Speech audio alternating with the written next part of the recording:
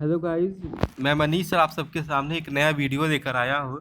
आज की इस वीडियो में जो डिस्कस करने वाले हैं यूपी बीएड में जो अभी एंट्रेंस एग्जाम्स हुए हैं यूपी बीएड में दाखिले के लिए, तो उसमें एडमिशन प्रोसेस एडमिशन प्रोसेस क्या होता है, इसकी काउंसलिंग कब से शुरू होने की उम्मीद है, तथा जो सरकारी कॉलेजेस होती है उसमें कट ऑफ जो है कितनी आ सकती है, अर्थात आप कितने नंबर पाएंगे कि आपको सरकारी कॉलेज मिलने की संभावनाएं बन सकती है। इसके अलावा इस वीडियो के लास्ट में मैं आपको 2019 का जो स्केड्यूल आया था एडमिशन का वो भी बताने वाला हूँ। तो चलिए शुरू करते हैं इस वीडियो को।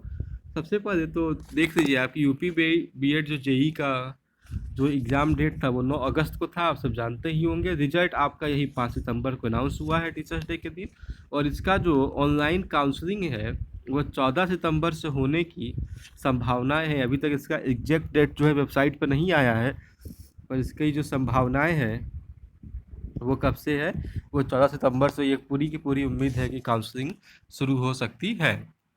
इसकी एडमिशन प्रोसेस क्या होता है कि जो प्रवेश परीक्षा होती है ना, जो आपने एंट्रेंस एग्जाम दिया, उसमें जो छात्र के योग्यता के आधार पर यूपी के सभी निजी और सरकारी कॉलेजों में दाखिला दिया जाता है। अर्थात आपने एग्ज़ाम दिया, एग्ज़ाम का रिजल्ट आपने अपना स्कोर कार्ड में देखा ही होगा, तो उसी स्कोर कार्ड के आधार पर जो एक मेरिट लिस्ट बनाई जाती है जिसमें रैंक वगैरह आपको दिए जाते हैं, तो उसके बाद एक स्केड्यूल तैयार होता है। उसमें दिया रहता है कि इस तारीख से इस तारीख के बीच रैंक 1 से रैंक 2000 3000 20,000 तक के विद्यार्थी जो है एडमिशन के लिए जो है काउंसलिंग करवा सकते हैं, अपने जो एडमिशन फीस वगैरह को भी जमा कर सकते हैं।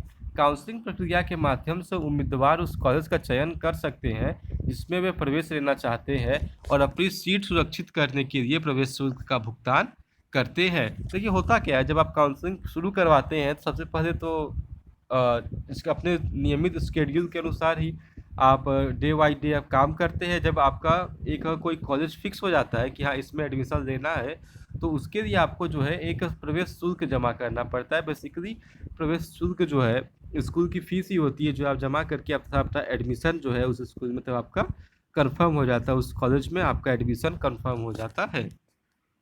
ऐसा देखने को मिलता है कि बहुत से विद्यार्थियों का काउंसलिंग छूट जाता है या काउंसलिंग में उनको कॉलेज नहीं मिलता है।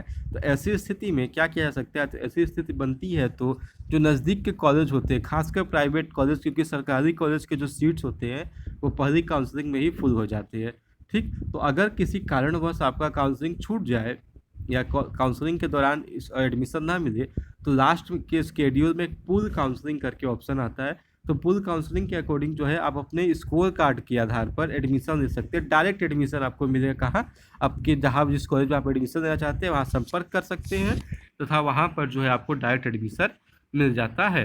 अगर कॉलेज में सीट खाली हो तो यहाँ भी एक कंडीशन है, कॉलेज में 80 सीट्स हैं, 80 की 80 सीट भी भर जाए तो आपको एडमिशन कॉलेज में नहीं मिल सकता है। अन्यथा अक्सर देखा जाता है जो प्राइवेट कॉलेजेस होते हैं उसमें 20-30 सीट खाली हो जाती है, जो खाली रहती ही है, काउंसलिंग में फुल नहीं हो पाता है, वो लास्ट में जो है आपके स्कोर कार्ड के आधार पर पूरी फीस आपको ऑफलाइन हार्ड कैश में ही जमा करनी पड़ती है, और जो ऑनलाइन काउंसलिंग होती है उसमें जो फीस रहती है वो आपको ऑनलाइन ही सबमिट करना पड़ता है। अब हम देख लेते हैं कितने नंबर्स पर जो है सरकारी कॉलेज मिलने के चांसेस रहते हैं। तो पिछले वर्षों में देखा गया है कि जनरल जो कैटेगरी से स्टूडेंट्स आते हैं वो अगर 341 से 351 आउट ऑफ 400, 400 नंबर का पेपर होता है, तो जानते होंगे। तो 400 नंबर के पेपर में से अगर 340 से ऊपर या 350 से ऊपर रहने वाले स्टूडेंट्स जो जनरल कैटेगरी से आते हैं उन्हें सरकारी कॉलेजेस मिलने की पूरी संभावनाएं रहती हैं। वही ओबीसी जो पिछड़े वर्ग के छात्र होते हैं वो 331 से ऊपर नंबर लाने पर उन्हें सरकारी कॉलेजेस मिलने की संभावना होती है। आप देख सकते हैं हमेशा जनरल और ओबीसी के बीच जो है ज़्यादा डिफरेंस आपको देखने को नहीं मिलता, वो बस 10-20 मार्क्स का ही डिफरेंस होता है। अगर देखें तो स्केड्यूल्ड कास्ट जो होती है वो 200 नंबर के आसपास भी आने पर उन्हें जो सरकारी कॉलेजेस मिलने के चांसेस रहते हैं। 200 से 215, 20 आगे कितना भी हो सकता है। और जो स्केड्यूल्ड ट्राइब्स है वो 200 से 212, ये एक एवरेज नंबर है, इसी के बीच में प्लस माइनस 10 मार्क्स के बीच में ही जो है अगर आपके मार्क्स है तो आपको सरकारी कॉलेज मिलने की संभावनाएं होती हैं। और अगर देखें जो ईबीसी जो सरकार ने आया था इकोनॉमिकली बैकवर्ड पर्सन, उसमें 319 से 362 यहाँ बताया जा रहा है, क्योंकि ये फर्स्ट टाइम ऐसा हो रहा है।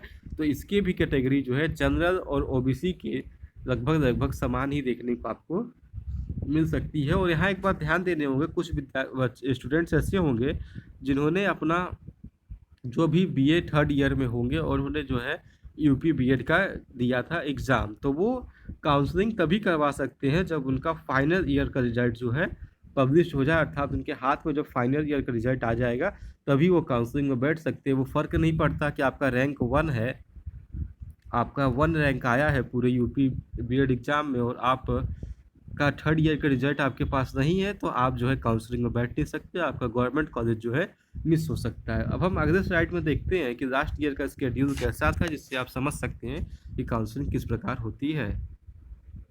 सो गाइज, ये जो है 2019 का स्केड्यूल है, इसमें आप समझ सकते हैं रजिस्ट्रेशन और काउंसलिंग प्रोसेस किस प्रकार होता है। देखिए, जैसे यहाँ पिछले साल जो है 6 जून को जो है फर्स्ट राउंड का जो काउंसलिंग था शुरू कर दिया गया था। ऊपर देखिए स्टेट रैंक दिया हुआ है, तो रैंक नंबर 1 से लेकर 2,12,000 तक के रैंक वाले को जो है राउंड 1 में शामिल किया गया था। उसके बाद 2,12,001 से लेकर अंतिम जितने भी लास्ट होते हैं उन सबको राउंड 2 में डाला गया था। तो आप यहाँ पर देख सकते हैं कि जून 6 से शुरू हुआ था। उसके बाद आप रजिस्ट्रेशन कर सकते हैं, पेमेंट के माध्यम से रजिस्ट्रेशन पेमेंट करेंगे। जून 9 से जो है प्रेफरेंस फिलिंग शुरू होता है रजिस्टर्ड यूजर्स के लिए, अर्थात जिन यूजर्स ने 6, 7, 8 जून तक जो है अपना रजिस्ट्रेशन कर लिया था, उसके बाद वो सब क्या करेंगे, प्रेफरेंस फिलिंग करेंगे, अर्थात उनको कौन कौन से कॉलेज जो है चाहिए। 12 जून को अलॉटमेंट प्रोसेसिंग होना था। उसके बाद 13 जून से जो है डिसीजन मेकिंग और फाइनल सीट कंफर्मेशन के लिए कॉलेज फीस जमा करने का जो था काम शुरू हो गया था। उसके बाद recancellations and final allotment of seat of failure taxes if any, अगर किसी का बाई चांस किसी मिस्टेक से ना हो पाए तो उसके बाद 16-17 तारीख को वो दिया गया। 18 जून को जो है फेज 1 जो है ख़त्म हो जाएगा, अर्थात एक रैंक 1 से 2,12,000 तक के स्टूडेंट्स जो है अपना एडमिशन 6 जून से 18 जून के बीच में वो सब करवा चुके थे। ठीक उस वही प्रोसेस राउंड 2 में भी होता है। अब यहाँ आते आते क्या 10,000 रैंक के बाद तक तो गवर्नमेंट कॉलेज ख़त्म ही हो जाते हैं, उसके बाद यहाँ तक ख़त्म होता है। उसके बाद पुल काउंसलिंग शुरू होती है, जो स्टूडेंट जो है दोनों राउंड में अपना एडमिशन नहीं करवा पाते हैं। उसके बाद पुल काउंसलिंग में डायरेक्ट आपको कॉलेज में जाकर एडमिशन देना पड़ता है, फ़ी पेमेंट करते हो और आपको एडमिशन मिल जाता है। ऐसा ही कुछ स्केड्यूल जो है 2020 में भी जारी होगा, आपके सितंबर के महीने में ही हो सकता है, 14 सितंबर के आसपास जो है आ भी जाए। तो वीडियो को देखने के लिए आप सबका बहुत बहुत धन्यवाद। अगर आपको ऐसी कोई इन्फॉर्मेशन चाहिए तो कमेंट में लिख के बता सकते हैं, कोई डाउट हो तो पूछ सकते हैं, और मिलते हैं नेक्स्ट वीडियो में। Thank you.